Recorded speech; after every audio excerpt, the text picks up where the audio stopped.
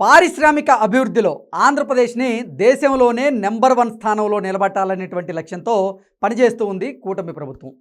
ఈ range development సాధించాలంటే ఒక నగరంలోనో ఒక ప్రాంతంలోనో అభివృద్ధి చేస్తే సరిపోదు.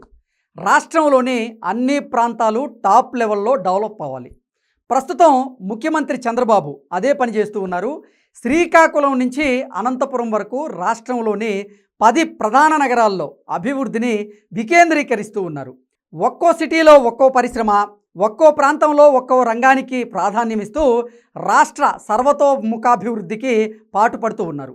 విశాఖపట్నం కేంద్రంగా ఐటీ, ఫార్మా కంపెనీలతో పాటుగా పోర్ట్ల నిర్మాణం, టూరిజం డెవలప్మెంట్ మీద ఫోకస్ చేశారు. ఇక శ్రీకాకుళం ప్రాంతంలో ఫార్మా, పునరుత్పాదక ఇంధన వనరులు, గ్రీన్ ఎనర్జీ పరిశ్రమలకి ప్రాధాన్యమిస్తూ ఉన్నారు. ఇకపోతే కాకినాడలో పెట్రోలియం, గ్యాస్ ఆధారిత పరిశ్రమలతో పాటుగా ఆక్వా రంగాన్ని కూడా అభివృద్ధి చేస్తూ ఉన్నారు. రాజమండ్రిలో మౌలిక వస్తువులు, సేవలు, సాంస్కృతిక విభాగాలకు ఊతమిస్తూ ఉన్నారు. ఇక విజయవాడను ఫైనాన్స్, వాణిజ్యం, లాజిస్టిక్ హబ్గా తీర్చిదిద్దబోతూ ఉన్నారు. గుంటూరులో వ్యవసాయ ఉత్పత్తులు, పొగాకు, మిర్చి వంటి వాణిజ్య పంటలను ప్రోత్సహిస్తూ ఉన్నారు. ఒంగోలు కేంద్రంగా పాడి పరిశ్రమతో పాటుగా గ్రానైట్ ఎగుమతుల అభివృద్ధికి ప్రాధాన్యమిస్తున్నారు.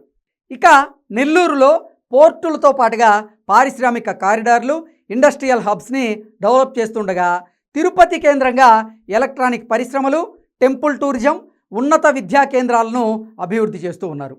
అనంతపురంలో ఆటోమొబైల్స్, సోలార్ పవర్ జనరేషన్ కంపెనీలను ఏర్పాటు చేస్తూ ఉన్నారు.